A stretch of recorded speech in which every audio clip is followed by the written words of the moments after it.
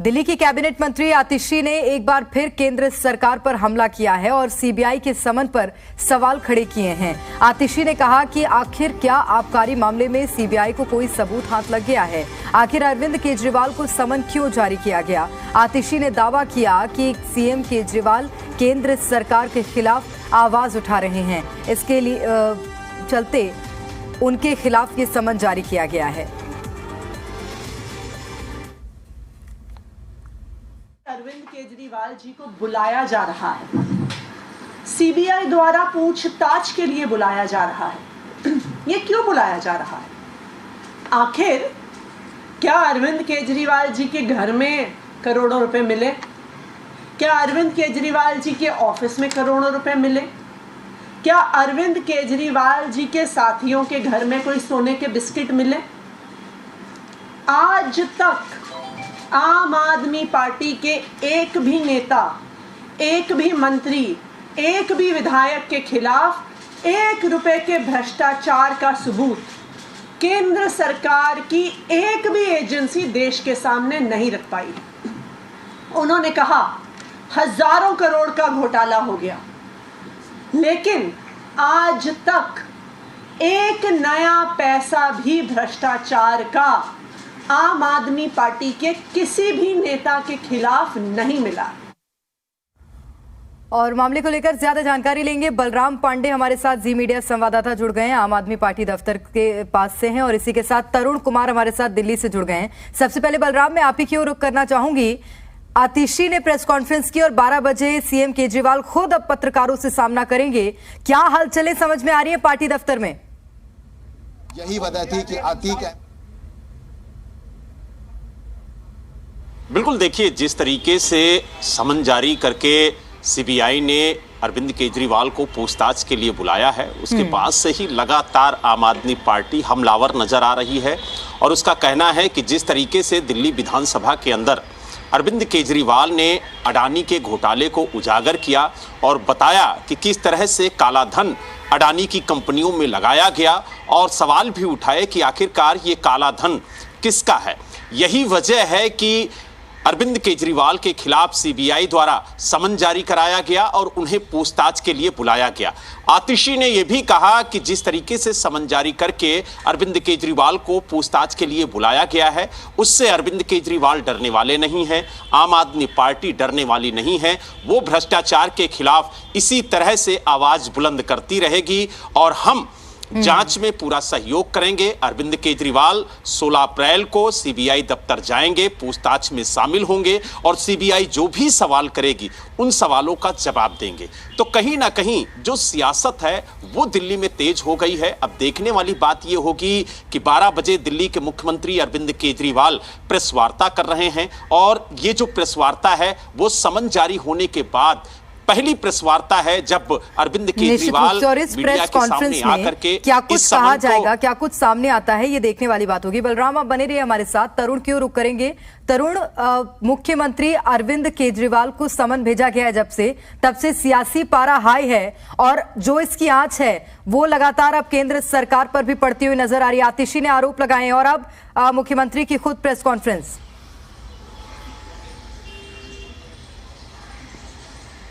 देखिए, ये सिलसिला तो अभी शुरू ही हुआ है और आम आदमी पार्टी यानी कि आम आदमी पार्टी के सबसे बड़े नेता के ऊपर अगर जांच एजेंसी ने हाथ डाला है तो एक उनके पास बड़ी चुनौती है कि पूछताछ खत्म होने के बाद जिस तरह से मनीष सिसोदिया के संबंध में आम आदमी पार्टी लगातार ये प्रचारित कर रही थी कि घंटों की पूछताछ के बाद सीबीआई को कुछ हासिल नहीं हुआ, घर पर रेड की गई, पुश्तैनी गांव के अंदर रेड की गई, बैंक लॉकर्स को खंगाला गया, फिर भी कुछ हासिल नहीं हुआ। लेकिन आखिरकार सीबीआई ने जब गिरफ्तारी की और जिस तरह के साक्ष्य अदालत के अंदर पेश किए, उसके बाद बीजेपी लगातार आक्रामक हो गई और जो साक्ष्य जांच एजेंसियों की तरफ से अदालत में पेश किए गए हैं इस बार भी उन्हीं को आधार बनाया गया है, जिससे कि तर्कसंगत ठहराया जा सके कि अरविंद केजरीवाल के ऊपर जांच की आंच क्यों आ रही है।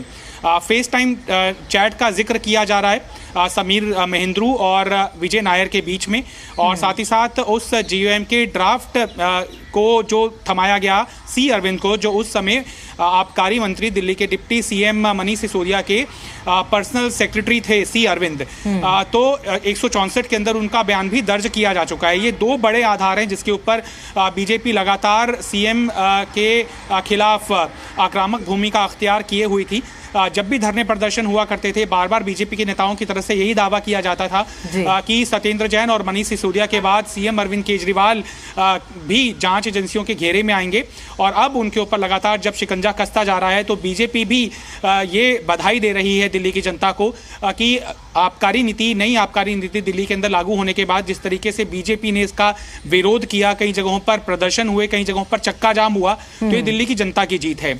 और कल की पूछताछ के बाद अगर कुछ ऐसे साक्ष्य सामने आ पाते हैं सीबीआई की सोर्सेज के माध्यम से जिससे कि अरविंद केजरीवाल की मुश्किलें बढ़ें, तो बीजेपी और ज्यादा आक्रामक हो जाएगी। एमसीडी इलेक्शन से पहले भी इसी मुद्दे के ऊपर बीजेपी ने पूरा चुनाव गढ़ने की कोशिश की। सुकेश चंद्रशेखर के लेटर तो अलग बात है, लेकिन आबकारी नीति के मामले के ऊपर सड़कों पर प्रदर्शन के जरिए एक तरह से नैरेटिव गढ़ने की बीजेपी की तरफ से कोशिश की गई कि एंटी करप्शन क्रूसेडर का जो इमेज है सीएम अरविंद केजरीवाल का, या फिर कट्टर ईमानदार पार्टी का जो दावा किया जाता है, कट्टर देशभक्त पार्टी का दावा जो किया जाता है, बीजेपी उस कोर स्ट्रेंथ के ऊपर स्ट्राइक करना चाहती है। और एमसीडी के अंदर ये रणनीति बीजेपी की कामयाब हुई। दोनों ही पार्टियां एक दूसरे पर हमलावर नजर आ रही हैं। चाहे बात करें आम आदमी पार्टी की, उसने भी निशाना साधा है और बीजेपी ने पलटवार किया है। बलराम, आपकी ओर रुख करूंगी क्योंकि आम आदमी पार्टी के सबसे बड़े नेता को समन जारी हुआ है। क्या माना जाए, पार्टी कोई बड़ा एक्शन ले सकती है?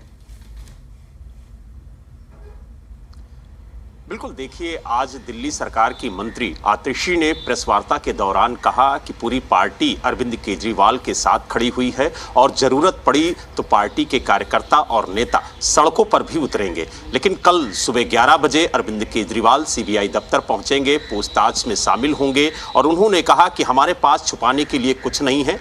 जो भी सवाल सीबीआई के होंगे उसके जवाब अरविंद केजरीवाल देंगे। लेकिन कहीं ना कहीं उन्होंने सवाल खड़े किए कि अभी तक ईडी और सीबीआई ने काफी कुछ छानबीन की, काफी कुछ सबूतों को इकट्ठा करने की कोशिश की, लेकिन अभी तक ना तो मनीष सिसोदिया के खिलाफ कोई सबूत मिला और ना ही आम आदमी पार्टी के किसी नेता के खिलाफ। ऐसे में दिल्ली के मुख्यमंत्री को समन जारी करना कहीं ना कहीं यह दर्शाता है कि जिस तरीके से अडानी के खिलाफ अरविंद केजरीवाल ने भ्रष्टाचार उजागर किया और जिस तरीके से केंद्र सरकार के एक एक कारनामों को अरविंद केजरीवाल उजागर कर रहे हैं, उसकी वजह से यह समन जारी करके उन पे दबाव बनाने की कोशिश की जा रही है और यह जताने की कोशिश की जा रही है कि अगर केंद्र सरकार के खिलाफ आप कुछ बोलेंगे या फिर प्रधानमंत्री के खिलाफ आप आवाज उठाएंगे तो आपके खिलाफ समन जारी किया जाएगा और आपको भी सलाखों के पीछे पहुंचाया जाएगा।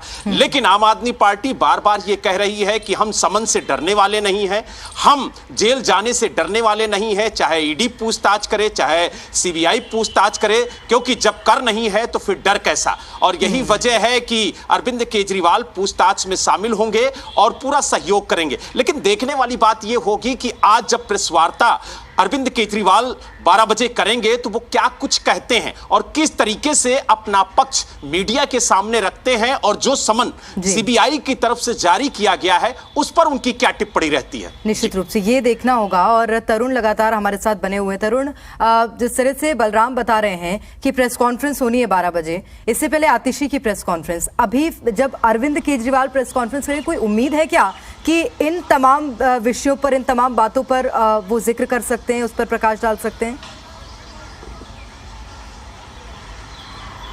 देखिए, चूंकि इस समय मुद्दा गरमाया हुआ सीबीआई के समन का है तो संभवतः एक इशारा प्रेस कॉन्फ्रेंस का यही जाता हुआ दिखाई देता है कि संभवतः अरविंद केजरीवाल अपना पक्ष सीबीआई की पूछताछ से पहले रखना चाहते हैं।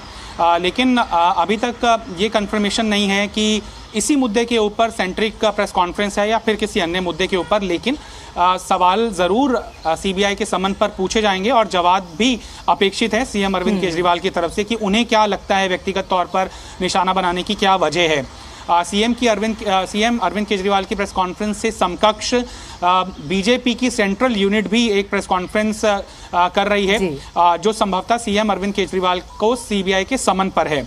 तो लिहाजा 12 बजे के आसपास दोनों राजनीतिक पार्टियां एक तरह से वर्बल एलिगेशंस के ऊपर दिखाई देंगी, जिससे कि संकेत मिलेंगे कि कल का घटनाक्रम दिल्ली के अंदर किस तरह का रहने वाला है। ये 12 बजे की प्रेस कॉन्फ्रेंस के बाद साफ हो जाएगा।